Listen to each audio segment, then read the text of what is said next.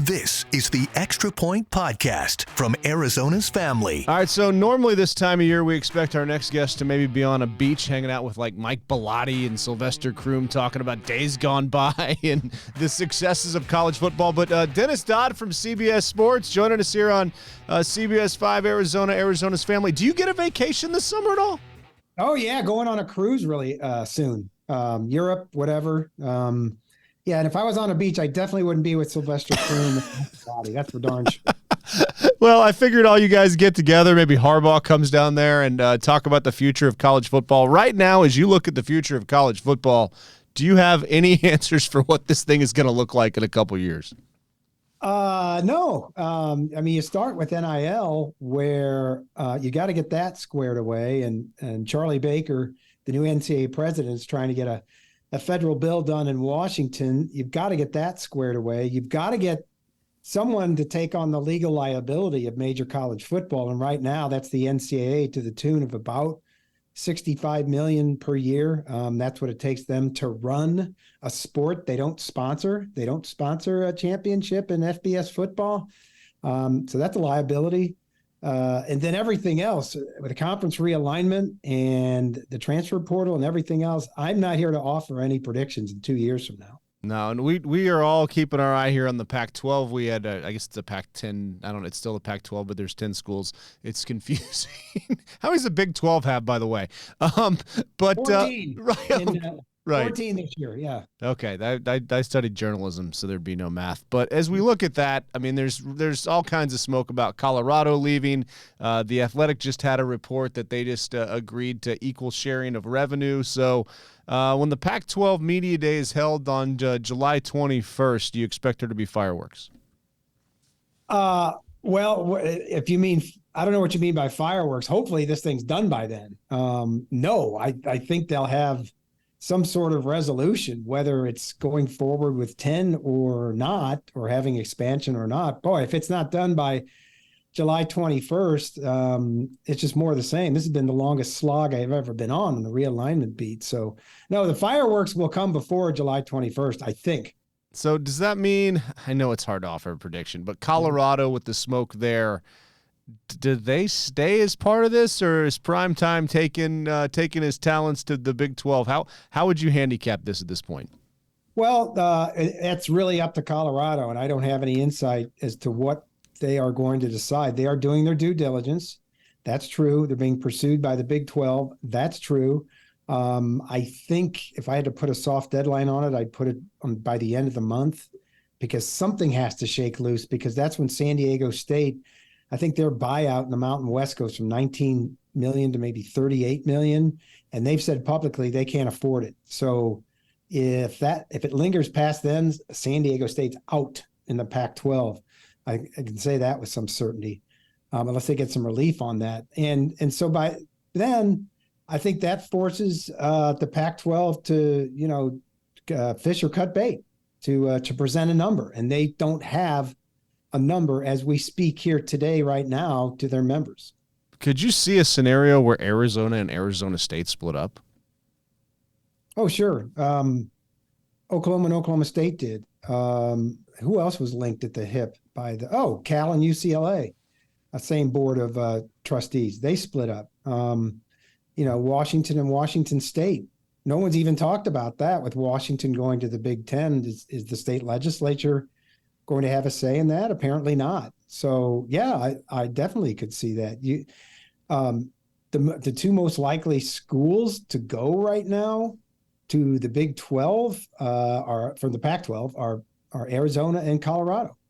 It's crazy. I mean, I find myself looking at MMR rights more, the multimedia rights, more than actual recruiting now. Would you say, how would you characterize this current state of college football reporting?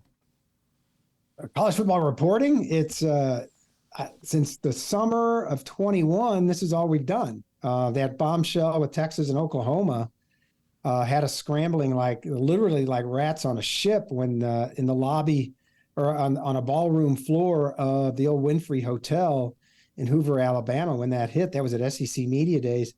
Same last year, basically on June 30th, 2022 when John Wilner broke the USC UCLA stuff. So we've been chasing that in some form or fashion since then. So I'm proud of if the question is about the reporting, I'm proud of the reporting journalists have done on this. It keeps everybody foot to the fire. No, for sure. And you look at like the ACC revenue story as well. That there's percentage. There are now incentives for performance. How much do you think specifically that those incentives will change the game here with conference realignment? I think nothing. I have the personal opinion that they're locked in a box that they can't get out of. They have 13 years left on a 20-year deal with a grant of rights that has been described as ironclad by several sources, mostly because that grant of rights was gifted to them from the Big 12 about 10 years ago when the two conferences were talking about doing non-conference games together. And this is going way down a rabbit hole, but the Big 12 was incorporated in Delaware, where 65% of the Fortune 500 companies are incorporated because it gives them legal protection against being sued and suing people. In other words, this made it harder for Texas to basically leave the Big 12. Now they did, but it was at the end of their deal. They didn't challenge the grant of rights. And so now project that into the ACC, which has 13 years to go. I wrote a story a couple of weeks ago saying, I think conservative estimates are, if they wanted to fight this in court, because the grant of rights have never been contested in a court. Like a judge never decided if you can get out of it. It would take a negotiation of somewhere from $350 to $500 million for the ACC right now. So I don't think they have any leverage. Those schools, they're getting more credit for, what do they call it, successionist initiatives, if they get to the playoff or win the league. That's fine, but the money's still finite. That money has to come from somewhere. So that means Wake Forest, Syracuse, Pittsburgh, if they don't get there, are going to be making less money. Interesting. So how much is Notre Dame a domino in this whole thing when it comes to the ACC, when it comes to if they're going to join the SEC, the Big Ten, or you know what? We haven't put them on the Pac-12 list yet. Bring Notre Dame out here to join the Pac-12. I don't think they're a player right now. I've told people there's only two teams that are really available right now, and they are Oregon and Washington. I just told you what the ACC situation is. There's going to be no movement there for the foreseeable future without a massive court fight. Notre Dame has shown no indications. They're happy with their access in the new playoff. In fact, they helped forge that access. Jack Swarbrick, their AD, was part of the four-man team that thought up and proposed and had adopted the 12-team playoff. There are no levers in place that would force them to join a conference. In other words, if they didn't have access, they have access. So they're going to be fine. They have a new contract coming up with NBC, I think in 2025, whether NBC gets those rights or lets them go. I wrote last summer that they were seeking $75 million a year, which would put them in the Big Ten range, right, of their new deal. But they are still one of the most lucrative, one of the most valuable commodities in college sports. And despite what's being written, I just don't see any pressures there to make them go to a league right now. Well, certainly they are a national brand. I mean, you mentioned Oregon and Washington too, and I mean, the concern out here we had about the Pac-12, I think, is real. Everybody's watching that, thinking it might come unraveled. We had Ray Anderson on these very airwaves in the Speak of the Devils podcast earlier this summer with Brad Denny talking about he has a lot of confidence that the 10 schools there will stick together. But what are the dominoes that you're watching there in the Pac-12 to see if this thing will hold together? I think the Big 12 wants 14. I think the play right now is, as I've written, is Colorado and UConn.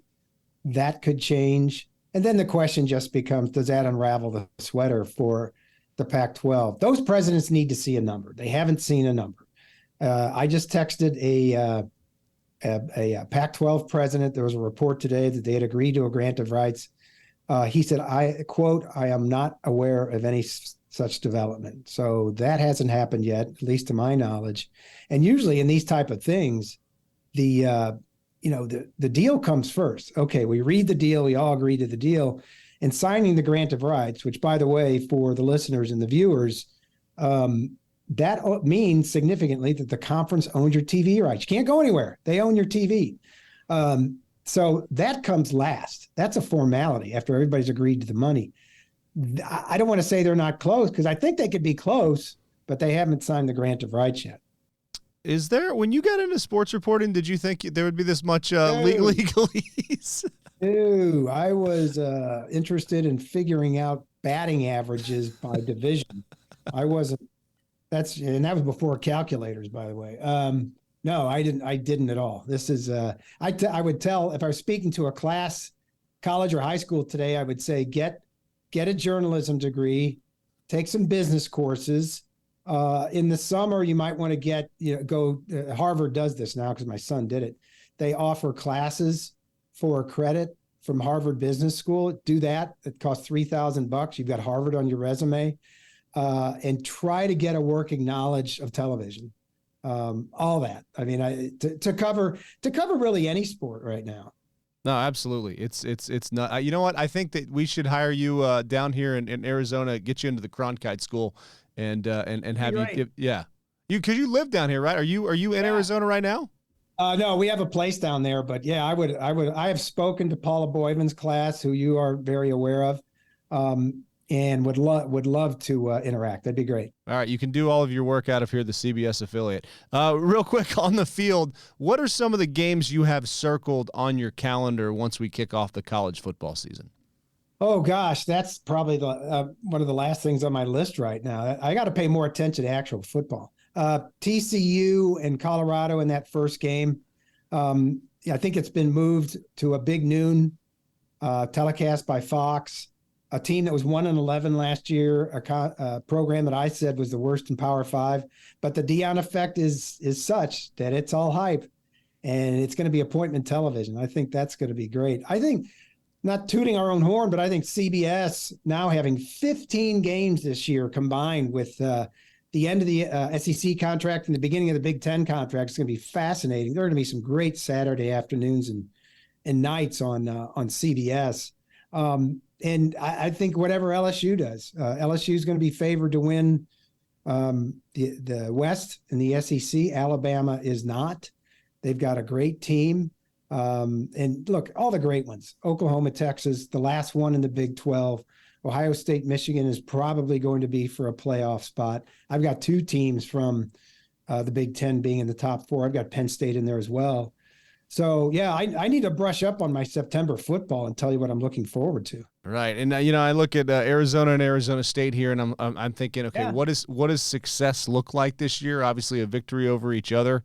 But I think, as they kind of build things, Jed Fish, I feel like third year might turn the corner. They've had an issue down there with their quarterback and some reporting that came out of Hawaii that it's just kind of a nasty juvenile case that has made major headlines. But you look at Arizona State and you look at Kenny Dillingham and you think, okay, what's success look like for him? I think a win over the LA schools and people will be pretty happy here. And a bowl game. I love the energy. I've been inside, talked to him, been inside the program, went to the spring game. They've got themselves a quarterback, at least for the future, in Rashada, if not this year. And look, here's a guy that, if everything falls right, he's going to retire there. He's 33 years old, son of the Valley. Where'd he go? Chandler, I think. I'm not sure. Yeah, Chaparral. And listen to this. He's got a connection with John Madden, and he coached Kenny Stabler's kids. That was his first coaching job. So talk about an all-in guy. I don't think you could ask for anything better for Arizona State. All right. And Dylan Raiola going to Georgia. He bounced back nice. He actually has transferred high schools. Now he's at Pinnacle High School here. Went to Chandler. But, went decommitted from Ohio State. There was some talk maybe he got dropped there. He lands on his feet at Georgia. What sort of money could you expect from the number one quarterback in the nation once NIL stuff gets figured out here in your opinion? Oh gosh, I don't. I mean, I know the family. I've talked to his father. I will tell you this: NIL is not a priority. That's not one of those that did not sway him in this decision. It was basically a crowded quarterback room at Ohio State where Ryan Day couldn't commit maybe to Dylan. But I mean, Is he going to get something? Yeah, but I'm not that guy. I mean, I can't project how much the number one high school player for 2024 is going to make once he gets to college. I know, it's a crazy world now, and I've been over there and talked to him as well. Neat kid and a cannon for an arm. So, Yeah. I mean, we've had so many good quarterbacks come out of here recently. You saw Brock Purdy with the San Francisco 49ers, and it just keeps growing. So we're going to need to get you down here to Arizona to watch some high school football and maybe do a little scouting report. That'd be great. Awesome. Well, hey, thank you for your time.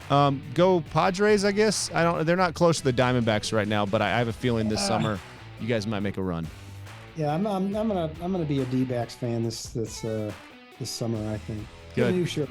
Hop aboard. They're really fun. So, hey, thanks for making time for us here in Phoenix, and look forward to seeing you back out here soon. You bet. The Extra Point Podcast is a production of 3TV, CBS5, and azfamily.com in Phoenix, Arizona.